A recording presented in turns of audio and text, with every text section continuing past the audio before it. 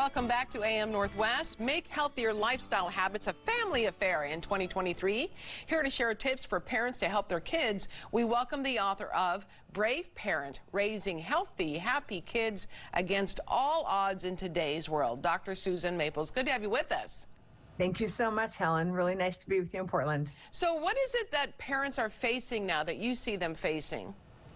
Oh, it's just very, very, very hard to raise really healthy kids. And, you know, February being Children's Oral Health Month, I mean, caries disease, the disease of tooth decay, which is considered 100% preventable, is probably the most, in fact, it is the most prevalent disease for children on the planet. 20% of all 2-year-olds, 30% of 3-year-olds have active tooth decay. We know that oral health is really something that helps kids with overall health. So preventing tooth decay and gum disease and cavities, grinding, and also oral pharyngeal cancer, these all are childhood issues. So how do they manifest? What are you seeing?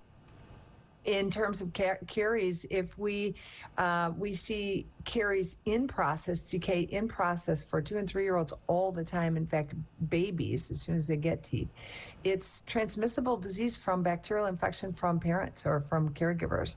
So if we can stop transmission of saliva from 6 months to 3.5 years and seriously ratchet down the amount of sugar they're drinking, which really helps with metabolic disease, reducing the risk of diabetes.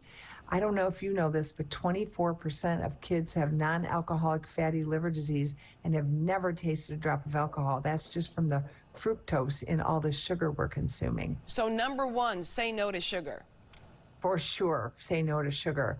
And then we also really want to focus on airway, want to make sure that we're helping kids with oral facial development. So we want to make sure that mouths are closed, they're breathing 100% of the time through their nose. If they're snoring, that's not healthy.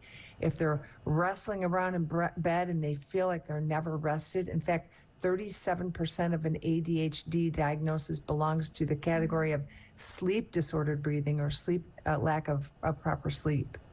Okay, and then another thing has got to be that they need to be active. Oh, yes, for sure. Overall health, for sure. Exercise makes a big difference in everything, including sleep, including stress reaction, including insulin resistance, reducing obesity risk, all of that. In fact, we really want outdoor play as much as possible so we get a whole exposure to the diversity of bugs that live in our in and around us. So we increase the number of bugs we're exposed to. I know that COVID has us kind of bug nervous, but we want a huge variety of bugs. So instead of hanging out in sterile homes, looking at pads and watching screens, we want outdoor play and moving around, kids moving as much as possible. You know, you mentioned the mouth open thing. I'd only thought that closing your mouth was more of a bad habit. Leaving your mouth open was a bad habit. But this has serious consequences. For sure. We want the tongue positioned in its rightful place on the top of the arch. If you're resting right now watching and your lips are together and your tongue is fully suctioned up to the top of your mouth and you're breathing through your nose with your teeth slightly apart, that's awesome. But if we get bad habits where kids have low, lazy tongues, the upper arch collapses, the teeth get crowded, they need braces, starting with everything from lip and tongue ties in babies to pacifiers to, mouth breathing is bad. Yeah, and you talk about oral cancers from HPV. Yes, HPV oral pharyngeal cancer is increasing at 30% a year. And it also is preventable, but we need to get the message out that oral sex is not safe sex. This is a very sad one because 50% of all exposures to this or all infections to HPV happen in childhood and young teens and young adulthood. So we need to get that word out and also get kids vaccinated. At 11 or 12, that's sort of when vaccinations are prevalent in the U.S. 14% of 13-year-olds and 41% of 15-year-olds have already participated in some sort of body part sexual behavior. So we need to kind of get the word out. Yep. Well, what do you say to parents who are hesitant to have their kids vaccinated at 12 or 13 for HPV? Well, it just depends on if you want to reduce the risk of oral pharyngeal cancer by 84%, as well as cervical cancer, anal cancer, penile cancer.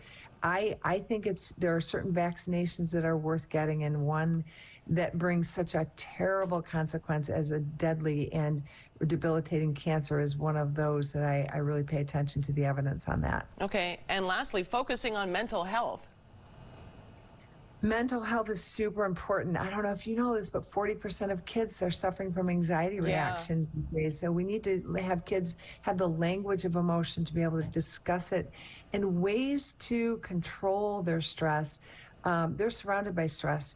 They need to be able to use their breath to relax. They need to, and I think social media has done a lot to amp up the anxiety. Yes. Because see a lot of hyperactive, super, emotional, anxious posting, and it creates a whole culture of that. Yeah. So I think limiting social media and talking to kids about it and helping them react, and then not keeping secrets. Secrets can be very dangerous for kids.